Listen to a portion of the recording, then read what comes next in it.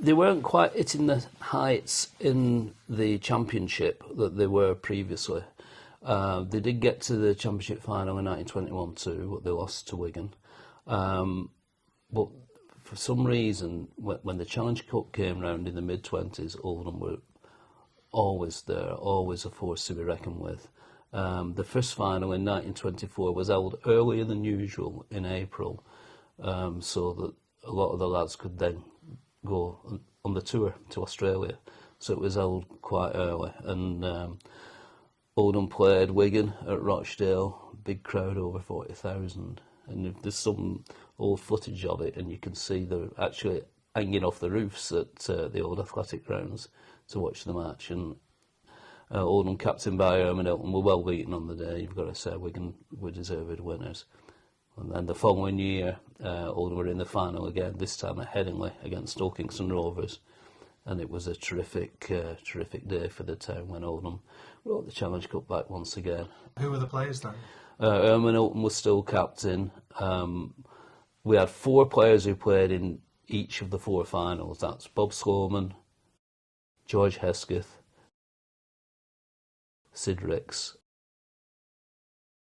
and Albert Brough. And of course, they all played that day. And the nice point about that match is our record try scorer, Reg Farrer, who did it in that championship final season of 21-2. He got back in the team just prior to the cup final and was the star of the show on the day. He'd been out injured then? He'd been out injured, yeah. But he just worked his way back into the team and had a terrific game by all accounts. So that's 2 finals, 1 lost, 1 won, and by this point we must be getting a reputation as the Cup Kings. Yes, I would say that. The third final was again played at Rochdale against Swinton. Quite a dour encounter. By all accounts, Oldham lost 9 points to 3 that day. But the following season, the final was at Wigan, again against Swinton, and revenge was sweet for Oldham, and one of our players, Tom Holliday, scored a hat-trick that day, and no other player would achieve that for over 60 years in a Challenge Cup final.